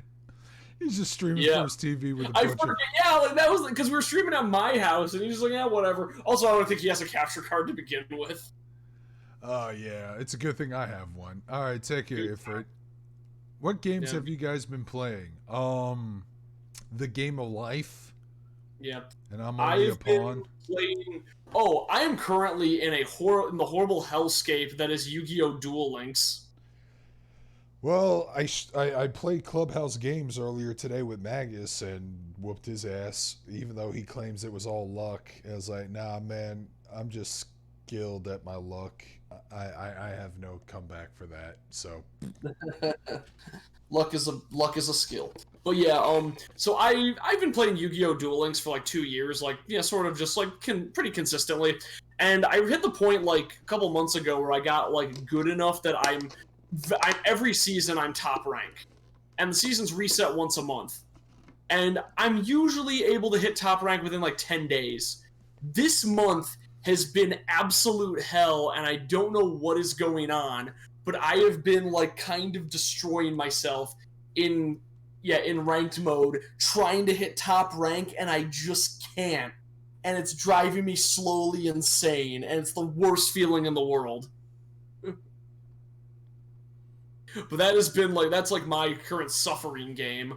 I'm nearing the end of Danganronpa 3, and when I was on the boat, I was playing a lot of SMT Apocalypse. I am like I'm currently in the Cosmic Egg, which is like a end game portion, but I feel like there's going to be a lot more in the game. Okay, that's just Darksiders anime. Never mind, I don't care. Yeah. I thought you said Darkstalkers. I would have been more interested in that. Yeah, Darkstalkers is way better than Darksiders. Exactly. Get the fuck out of here. Get out of there with that bullshit THQ crap. with those stupid overtly over elaborate character designs. Give me more Gigan. I just saw this picture someone posted. It's Hideki Naganuma's Twitter says, "I'll never block you when you reply to me in languages other than Japanese." Cut immediately to Hideki Kamiya. You're blocked for speaking to me in English. You damn English insect. That's fine. You don't need to apologize.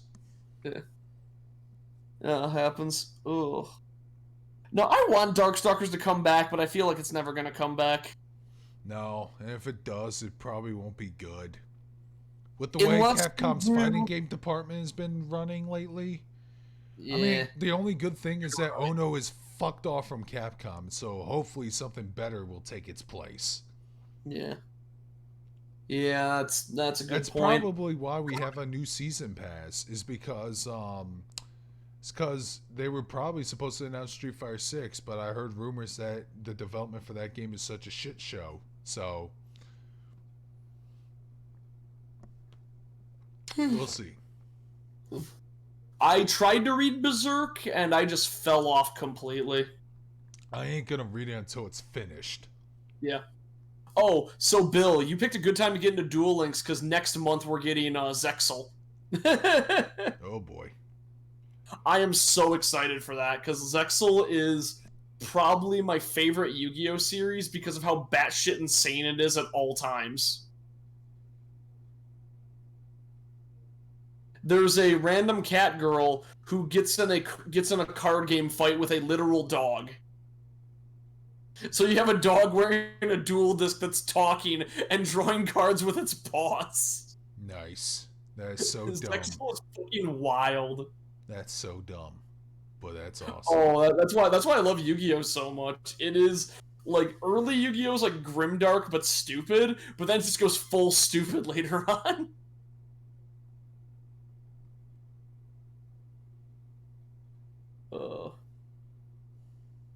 I don't know anything about Arc V, but I guess Arc V is absolute shit.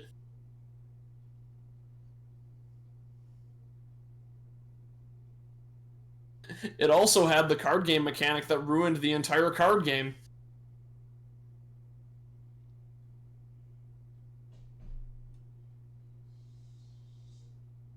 Oh no, we broke Darkscream. No, I'm just...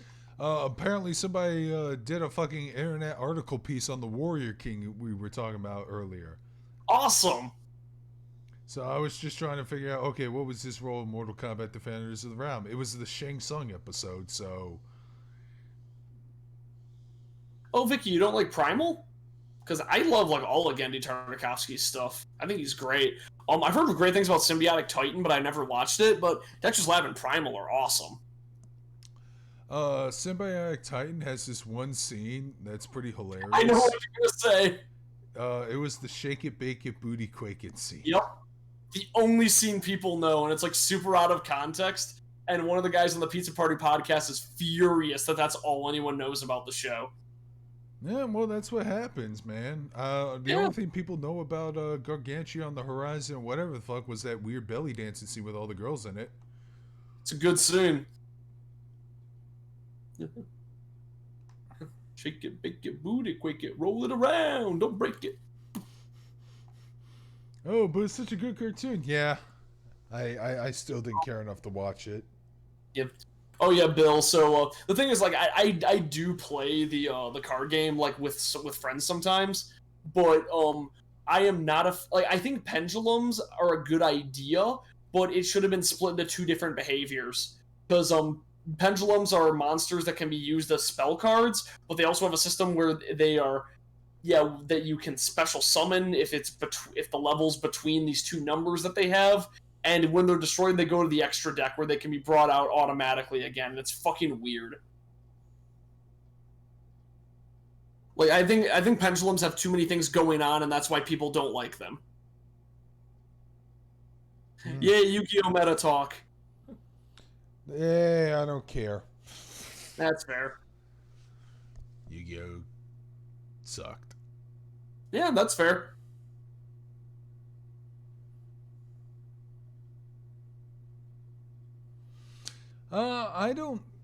I don't have anything else to discuss. I think we talked about everything. Literally everything. Yeah, and Talk about Nolan's the one who, on the Pizza Party podcast, who gets angry every time somebody doesn't know anything about Symbiotic Titan. Mhm. The problem is you can't really bring back Symbiotic Titan because there's not really much of a fan base. It has like 12 people that are really into it, and they're really into it, but no one else really cares. Yeah. Man, fuck Link summons. There, I said it. All right. Oh, Has Been Hotel and Hell of a Boss. Yeah, I'm a huge supporter of Vivzy. Right when Has Been Hotel came out and people were saying like Vivzy's problematic and should be canceled, I was like bringing all the evidence to tell them to shut the fuck up. Why are they problematic? Oh, because one of her comics has a college professor dating a student, even though the student is 20. Oh, that's kind of hot. And it's like, what? And they're going like, no, that supports pedophilia. No, it doesn't. 20-year-olds, you stupid fuck. These are probably the same people who probably believe that nobody should have sex until age 30 or something. Man, I already feel like my body's falling apart and that I can barely support sex anymore. No, basically everyone calls Vivzy oh no, that was the thing, is Vivzy liked a Twitter post by Shoe on Head, so everyone thinks she's a Nazi or something now. It's fucking dumb. I've listened to interviews with Vivzy. She's like really down to earth and like is a super nice person. Besides, man, there were a lot of gay characters in Has Been Hotel, dude. Yeah. In fact, one of my favorite things that she mentioned about the universe of Has Been, and the reason the demons look like that is because demons and angels will take on the form that your soul most represents. So that's why Angel Dust is so androgynous. Ah, okay. That makes sense. And that's why he's male even though he has giant tits. Don't get your taco in the twist. Is that supposed to be racist or sexist? Whatever pisses you off. I get pissed off. I love Angel Dust so much. My drugs! What a tragedy! What? Someone wanted to cancel. She follows Seth MacFarlane on Twitter. Yeah. No, remember, if you go too far left, you become right. It's stupid. I do know that, that Al's a big fan of Vosh, and we're trying to get his crazy conspiracy theory right-leaning friend to, like, lighten up and stop believing in bullshit. Yeah, I have friends who are like that, too. So we tried to show him some Vosh videos, and he, like, finds the weirdest things to be offended by. He's like, I don't like that he called that woman an entity and didn't call her a person. It's like, bitch, it's like you watch Tim Pool, who's constantly going on and on about how the liberals are trying to start the Civil War because this random cartoon character's gay or something. You know the first 20-minute like gameplay trailer of not 20, it was 40 minutes, whatever. The first gameplay trailer of Cyberpunk 2077 about a year ago. Yeah, what about it? I showed that to a friend of mine, and he fucking almost went on a fucking hissy fit because the main character they decided to show off, and keep in mind, you can play as whatever gender you like in that game, but they decided to play as a female version of V, and he got upset about that. He got upset that the fact that they're playing as a female V. Why? I don't know. Family Guy's been stale for like 15 years, dude. Carnage, get with the times. Yeah, Jesus, man. Family Guy's been stale since it came back. Yeah. Like the original cancellation. But whatever, dude. They're like, I'm gonna play as a female fat-titted V, and once I get that Cyberpunk game. Well, you keep saying V. What do you mean? That's the main protagonist's name, V. Oh, okay. Yeah. I was thinking like, oh, they made like a sexy female version of V from Devil May Cry 5. Awesome. No, you probably could make something like that in the game. No, currently the Devil May Cry fan base is on a kick where they constantly run the characters' faces through filters to make them look more feminine, and everyone's just falling in love with feminized Dante and V. Jeez, I love the fact that V looks almost exactly like Adam Driver. He does. And remember, this is before Adam Driver got famous. So, like, when they first designed him, like, there was an interview with the character designers, like, yeah, we know he looks exactly like Adam Driver. We just weren't, yeah, we didn't think, yeah, it's like he was not inspired, though. It was just a weird coincidence. I did not watch the recent Lupin the Third live. It's not live action. I've CG seen film. clips and it looks awesome. It does look good. I know that everyone wants to fuck Jigen. Yeah, that sounds about right. But anyways, I think I know this stream is shorter than usual, but I think I need to wrap it up soon. Yeah, that's fair. That's fair. All right. I want to play more Megami Tensei. Yeah, I think I'm gonna shower, give me a refill of drink, and I need to do my Yeah, D&D but, session with I the will boys. say, I usually, if a game gives me a choice, I will usually always play as a female character. Same here. I don't care. Carnage, what the hell? Carnage, that's been a thing since Devil May Cry 4. It's not a spoiler to say that Virgil's Nero's father. That's always been the case. If you played the DLC, and first off, he's like fucking summons like Virgil as a stand when he gets the Yamato. Yeah, in 4.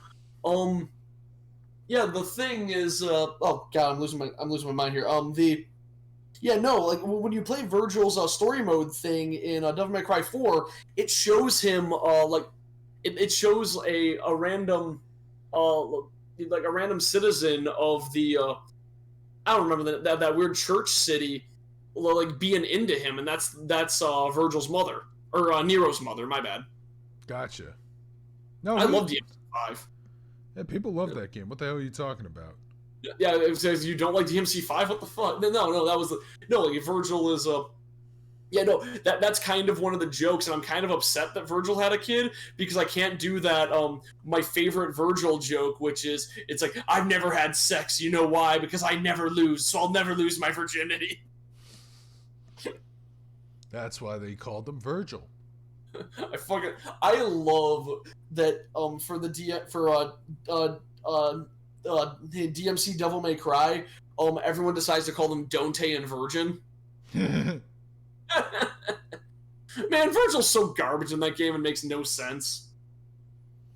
They patched out his fedora. What? Oh, you didn't know about this? So, in DMC Devil May Cry, Virgil wears a trilby, and in a patch later on in the definitive edition, they patched out the trilby. Why? Because people were making fun of it. Yeah, because it's a shitty game and they're looking for stuff to, like, enjoy heckling. Exactly. But here's the best part, is when you played the definitive edition, he doesn't have it in the game, but during the credits, since it's an FMV and they couldn't edit it out, he has the trilby in the cutscenes in the credits. That's hilarious. All right, anyways, I do really need to wrap it up. Sorry. Yeah, let's get going. All right. So, anyways, hope you guys enjoyed this stream. We'll probably do this again next week. Maybe actually game something else. Anyways, with that, this is Dark Scream signing out. So Griggleton signing off. Take care, everybody. Good night. Night.